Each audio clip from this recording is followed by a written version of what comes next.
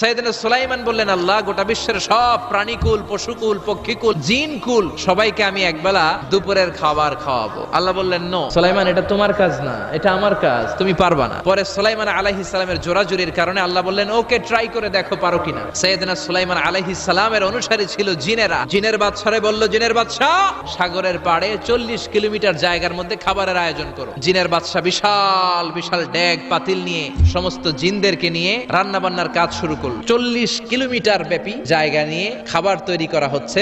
সব যখন রান্না শেষ, চলে এলো সেই মহেন্দ্রক্ষণ। ইন দ্য মিন টাইম সাগরের ভেতর থেকে এক বিশাল আকৃতির তিমি মাছ হা করে ডেকে বলল, সুলাইমান, খাবার দাও। উনি ঘোষণা দিলেন, যাও, এটারে খাবার দাও। তিমি মাছ বিশাল বড় হা করে বসে আছে সাগরে। জিনের বাদশা খাবার দিতে লাগলো। 1 কিলোমিটার শেষ, 5 কিলোমিটার শেষ, 10 কিলোমিটার শেষ, 40 কিলোমিটার শেষ। এখনো তিমি মাছের মুখ হা করা আছে না নাই? সাইয়েদনা সুলাইমান সিজদা